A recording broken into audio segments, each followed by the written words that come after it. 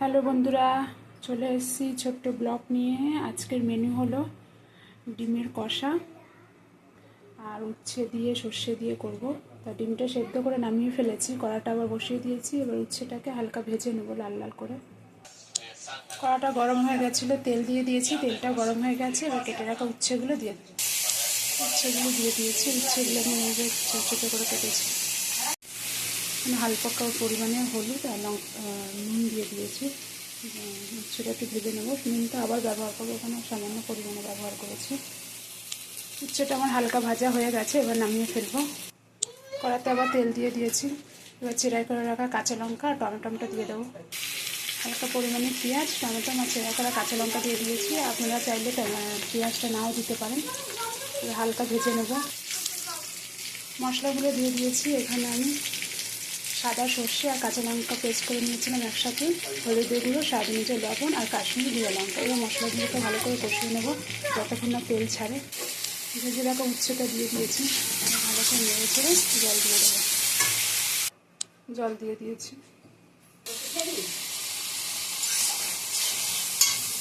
উচ্ছে দিয়ে সর্ষে আমার রেডি হয়ে গেছে, এবার নামিয়ে ফেলবো। কড়াতে আবার তেল দিয়ে দিয়েছি, তেলের মধ্যে হালকা পরিমাণে লবণ আর হলুদ দিয়ে দিয়েছি। সেদ্ধ করে রাখা ডিমটা এবার হালকা ভেজে নেব। ডিমটা ভাজা হয়ে গেছে।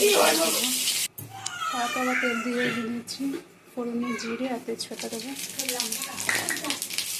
কেটে রাখা পেঁয়াজ দিয়ে দিয়েছি, পেঁয়াজটা হালকা ভেজে নেব। কেটে রাখা আলুগুলো দিয়ে দিয়েছি, আলুগুলো ভাজা ভাজা হয়ে গেছে। এবার মশলাগুলো অ্যাড করে দেবো।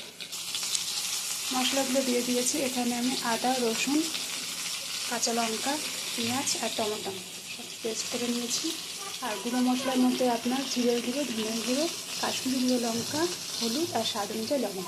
এবার ভালো করে কষাবো যতক্ষণ না তেল ছাড়ে। মশলা থেকে তেল ছেড়ে দিয়েছে, এবার জল দিয়ে দেবো। ডিমের ঝোলটা আমার রেডি হয়ে গেছে, এবার নামিয়ে ফেলবো। কড়াটা আবার বসিয়ে দিয়েছি, কড়াতে তেল দিয়ে দিয়েছি। এবার আমি বানাবো হচ্ছে আপনার বরবটি বাটা। বরবটিটা আমি আগে থেকে সেদ্ধ করে বেটে রেখেছি, সেটাকে এবার একটু তেলে ভেজে নেব। ফোড়নে আমি কালো জিরে দিচ্ছি। বেটে রাখা বরবটিটা দিয়ে দিয়েছি, আপনি দুটো আমি শুকনো লঙ্কাও দিয়েছি।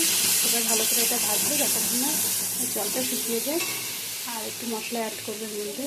মশলার মধ্যে শুধু আমি হলুদ আর স্বাদ অনুযায়ী লবণটাও দিয়েছি, আর কিছু এর মধ্যে দেবো না। ভালো করে এটা ভাজবো যতক্ষণ না তেলটা শুকিয়ে যায়। আজকের মেনু আমার এখানে শেষ। আজকে মেনুতে ছিল বরবটি বাটা আর ডিমের ঝোল আর সর্ষে দিয়ে উচ্ছে আর ভাত। যদি আমার রেসিপিগুলো ভালো লেগে থাকে তাহলে আমাকে একটা লাইক, শেয়ার, কমেন্ট আর সাবস্ক্রাইব করে দেবেন। আর প্লিজ পুরো ভিডিওটা দেখবেন। আর কে কোথা থেকে ভিডিও দেখছেন সেটাও কমেন্টে জানাবেন। পাশে আছি, পাশে থাকবেন। Thank you.